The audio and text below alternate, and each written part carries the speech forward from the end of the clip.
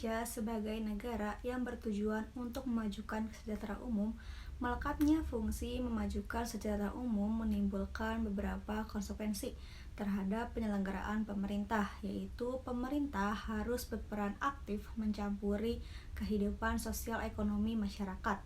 Untuk itu, kepada pemerintah dilimpahkan tanggung jawab untuk mengemban misi publik tersebut. Berbagai fenomena masyarakat menunjukkan bahwa masih diperlukan hadirnya instrumen hukum yang dapat memberikan jaminan perlindungan hukum atas tindakan penguasa. Perkembangan pemikiran tentang fungsi hukum seperti ini ditunjukkan dengan munculnya konsep negara hukum yang salah satu cirinya adalah tanggung jawab pemerintah, yaitu suatu kewajiban bagi penguasa untuk mempertanggungjawabkan secara hukum penggunaan kekuasaan yang dapat menimbulkan kerugian bagi warganya. Nah, konsep tanggung jawab yang masuk di sini adalah tanggung jawab dalam arti hukum, yaitu yang benar-benar terkait dengan hak dan kewajibannya. Dalam video pembelajaran kali ini akan dikaji persoalan tanggung jawab pemerintah dalam penyelenggaraan negara dikaitkan dengan kewenangan bebas pemerintah yang dalam konsep hukum administrasi dikenal dengan istilah diskresi.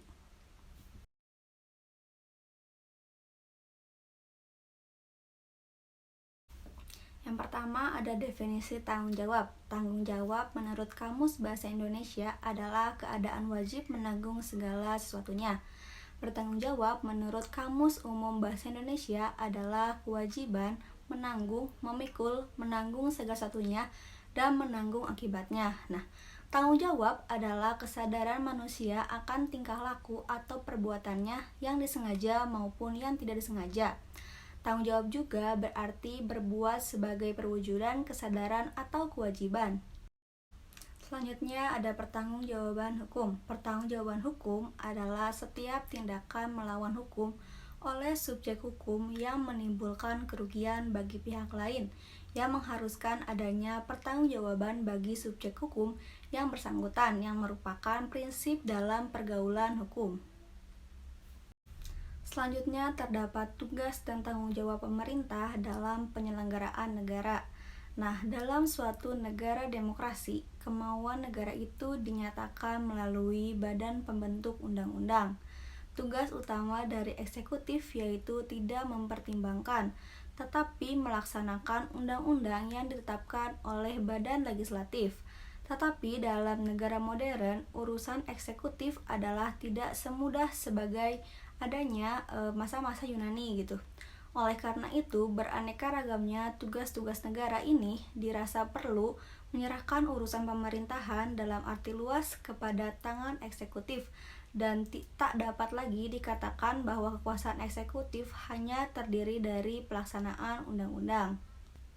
Pembagian kekuasaan dalam negara terdiri atas pembagian horizontal yang meliputi kekuasaan legislatif, eksekutif, dan yudikatif, dan secara vertikal terdiri atas pemerintahan pusat dan daerah.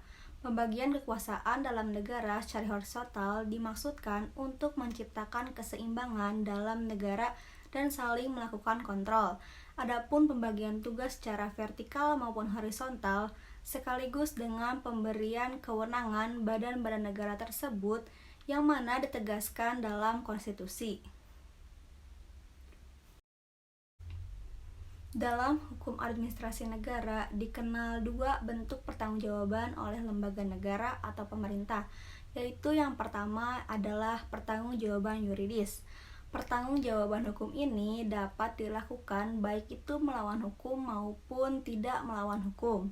Nah, bila tidak melawan hukum, maka pertanggungjawaban hukumnya sesuai dengan hukum administrasi, yaitu pertanggungjawaban administrasi, misalnya akuntabilitas program, kinerja, dan lainnya. Tetapi bila melawan hukum, maka pertanggungjawaban dilakukan bila ada unsur perbuatan melawan hukum. Lalu yang kedua ada pertanggungjawaban politis. Nah, pertanggungjawaban politik ini merupakan salah satu prinsip demokrasi, yaitu organ-organ pemerintah dalam menjalankan fungsinya sedikit banyak ini tergantung secara politik, yaitu kepada lembaga perwakilan. Terdapat 4 pendekatan dalam pelaksanaan pertanggungjawaban hukum. Yang pertama, pendekatan kedaulatan hukum, lalu pendekatan pemisahan kekuasaan, pendekatan hukum tertulis dan hukum tidak tertulis, dan yang terakhir pendekatan negara kesejahteraan. Nah, yang pertama ada pendekatan kedaulatan hukum. Negara atau pemerintah sebagai subjek hukum memiliki kedudukan istimewa dibandingkan subjek hukum lainnya. Tetapi secara universal diakui bahwa setiap subjek hukum, apapun bentuknya, tidak dapat melepaskan diri dari konsekuensi tindakan hukumnya. Hal ini sesuai dengan asas kepastian dan kesebandingan hukum. Dengan demikian, bahwa setiap subjek hukum memiliki kewajiban yang sama dalam hal mempertanggungjawaban hukum tanpa terkecuali apa itu badan hukum maupun lembaga negara. Lalu terdapat pendekatan pemisahan kekuasaan.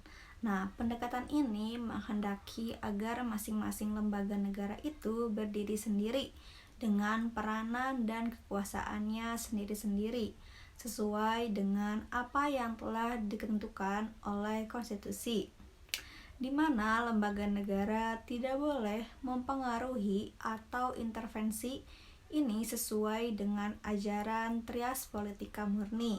Nah, tetapi untuk di Indonesia, karena menganut asas pembagian kekuasaan, maka pertanggungjawaban ada yang ditanggung oleh kedua atau lebih lembaga negara yang berhubungan. Contohnya, dalam pasal 5 Undang-Undang Dasar 1945 mengenai pembuatan dan pelaksanaan undang-undang dan lainnya. Dengan demikian, pertanggungjawaban hukumnya harus sesuai dengan sistem yang dianut, yaitu berdasarkan pemisahan atau berdasarkan pembagian kekuasaan. Lalu yang ketiga ada pendekatan hukum tertulis dan hukum tidak tertulis. Nah, untuk menjaga kewibawaan negara dan pemerintah yang mengemban fungsi hukum, maka hukum tertulislah yang memiliki dasar yang kuat dalam pertanggungjawaban lembaga negara.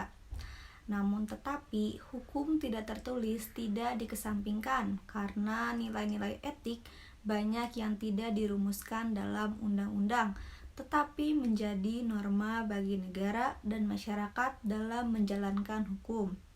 Lalu di dalam pertanggungjawaban hukum, lembaga negara tentunya memakai prinsip legalitas hukum yang tertulis di samping hukum tidak tertulis sebagai asas moral atau etik sebagai perwujudan hukum yang adil dalam masyarakat. Nah, karena menurut Sudargo Gautama bahwa patut tidak patut menurut pemerintah tidak sama menurut perseorangan dalam masyarakat. Lalu pendekatan yang terakhir yaitu pendekatan negara kesejahteraan. Dalam negara kesejahteraan, lembaga negara akan menjalankan fungsi pelayanan umum. Untuk itulah maka pemerintah memiliki kedudukan yang istimewa dibandingkan rakyat, sehingga pertanggungjawaban pemerintah tidak sama dengan pertanggungjawaban perorangan. Tetapi dalam hal pertanggungjawaban negara dan pemerintah, pertanggungjawaban tersebut melekat pada jabatan yang secara yuridis diletakkan pada kewenangan. Menurut Ade Belivante menyatakan bahwa tidak seorang pun dapat melaksanakan kewenangannya tanpa memikul kewajiban tanggung jawab atau tanpa pelaksanaan pengawasan. Nah, yang terakhir ada hubungan tanggung jawab pemerintah dan diskresi. Diskresi melekat pada pemerintah sejalan dengan meningkatnya tuntutan pelayanan publik yang harus diberikan pemerintah terhadap kehidupan sosial ekonomi warga negara yang berkembang sangat dinamis. Nah, pada hakikatnya pemberian diskresi adalah pemberian wewenang, di mana dalam penggunaan diskresi itu terdapat tanggung jawab.